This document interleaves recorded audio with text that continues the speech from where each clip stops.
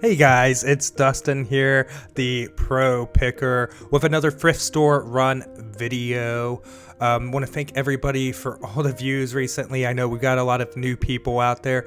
If you're new to the channel and haven't subscribed yet, please consider doing so. I specialize in resale, thrifting, yard sale style content. It's what I do.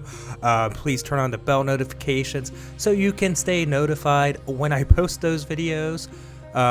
Because a subscription doesn't do that, but it does do that.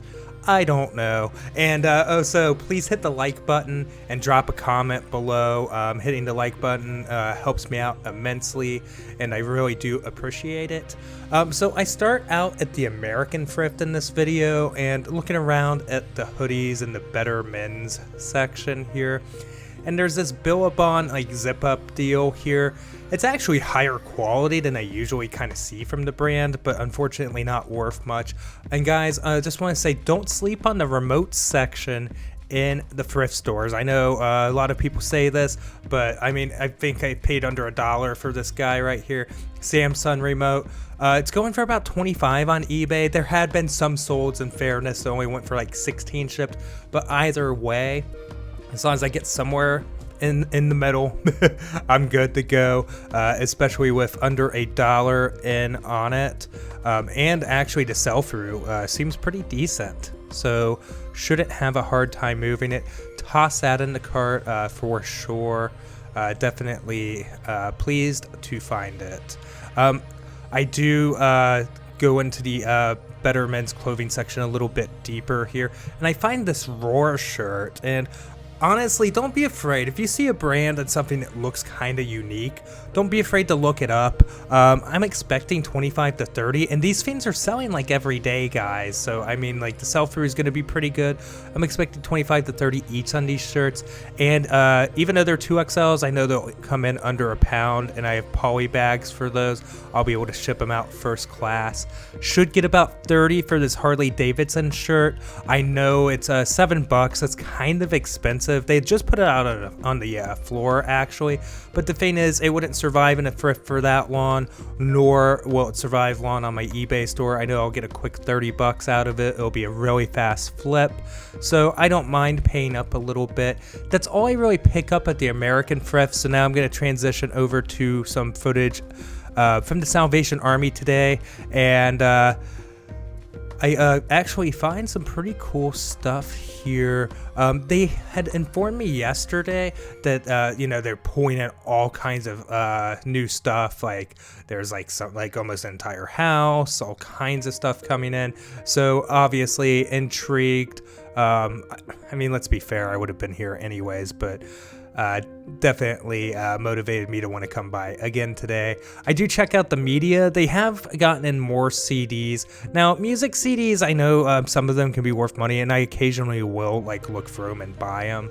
But I didn't really see anything like with a cursory glance here that made me want to really deep dive into the CDs that they've added. Other than that, most of the media looks relatively unchanged. And again, not too much different when it came to the shoes. So when you go to certain thrifts on a very regular basis, you can kind of see when things have moved around or not. So want to mention something while we're taking a look around here, guys. Let me know in the comments below if you have any questions.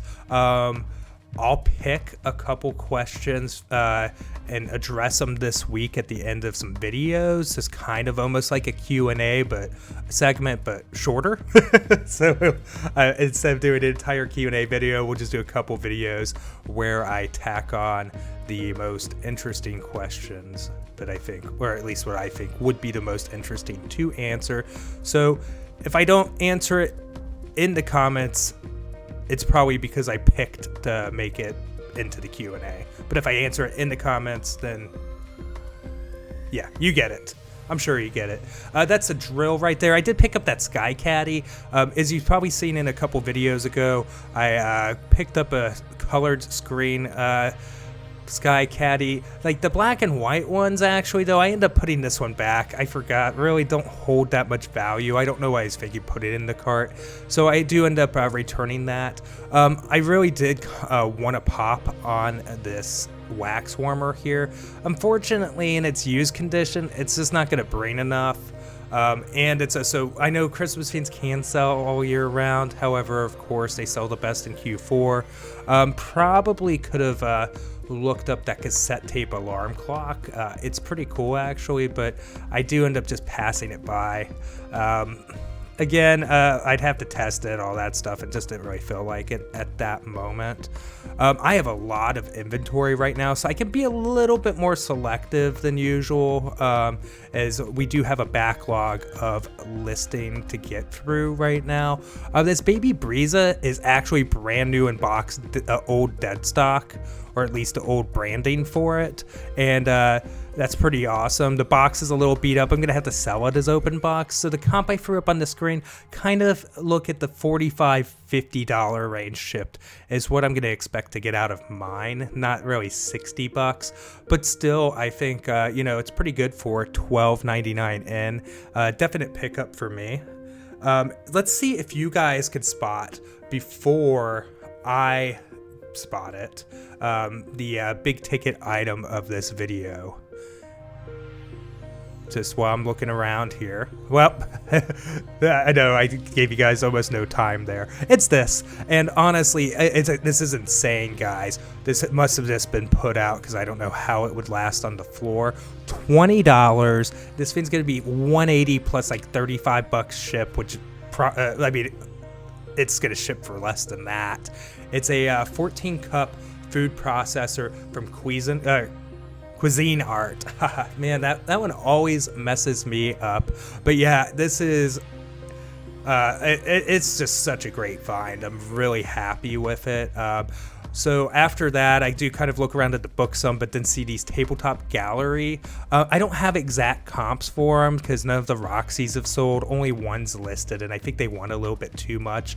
I think this would be profitable, but the thing is, I didn't really want to put in the work necessarily. We have so much going on right now. I think if we buy these and then when it comes to shipping them, we're going to have to wrap them all up individually and stuff. And they're just not, there's enough value to where this is a good deal. Somebody else is going to pick these up. I already know they will because they're $1 a piece. However, remember what I just said for what's about to happen in a minute or two in the video, because I think you'll get a laugh about it. But I do end up passing on the tabletop gallery plates there. They're actually hand painted and pretty cool, but decide not to. That blue thing down there, I don't know why I didn't show it earlier, but it's about an $80 piece. I end up passing on it because they do want 20, and I think with fees and everything, like it would be a double up, but I think it might be a little bit of a hassle. So I do see these crown main china pieces here, and I do a little bit of research. I actually hit up Jessica, my wife, and asked her some stuff because she knows a little bit about glass stuff that I don't know about. And I do look up some comps. This is going to be one of those things where we piece it out. They only want $20 for everything. And while I'm waiting for another tote to pack all of those, I see this cool Deerslayer book. Look at that, 1939. I mean, I just think it's really interesting to see something, like that just laying around that old. The artwork's crazy in there, totally different than the stuff we see nowadays. So just thought it was cool. Not a ton of value there from a monetary perspective, but I thought it was kind of neat. But kind of back to the glassware thing, I just kind of thought it was funny that I didn't want to get the tabletop gallery stuff because I figured all the shipping work and stuff involved with it, and here I go buying a big lot of fine china, and driving it around with it in the back of my car and then taking it home, and now we're gonna have to list all these things out. But you can kind of compare this purchase to like maybe yesterday's video game buy, actually. So I'm gonna make about $200-ish in profit. That's just a really rough estimate right there. Don't hold me to it. but I'll make that probably off of this, but I'm going to be selling it as little pieces at a time and breaking this $20 lot up into a lot of $15, $20, $30, $40 lots. And I think it'll go well. So here I am in the checkout lane or line with 2 carts. This is not the first time I've had multiple carts at the Salvation Army, and probably will not be the last time. With this, I know I'm gonna have to make 2 trips. I do edit this down quite a bit, guys, but this was an extreme hassle for me to get everything into the car. That second one, when I put the tote in there, the cart's kind of small and it sunk in there perfectly and like form fit in there. So like I was like trying to get it out without breaking everything. So yeah, that was pretty interesting. But again, guys, I want to thank everybody for all of the support. It is wild over the last a bit over a week how many of you have come out to watch my videos, and it's really humbling. I really do appreciate it greatly. Again, feel free, drop a comment, question down below.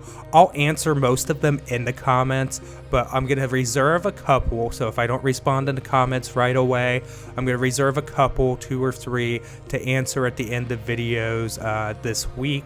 So let me know what you got. Let me know what you want to know. And again, thank you very much for watching as usual. And please like the video, subscribe, turn on the bell notifications, and I will see you guys in the next one. Thanks.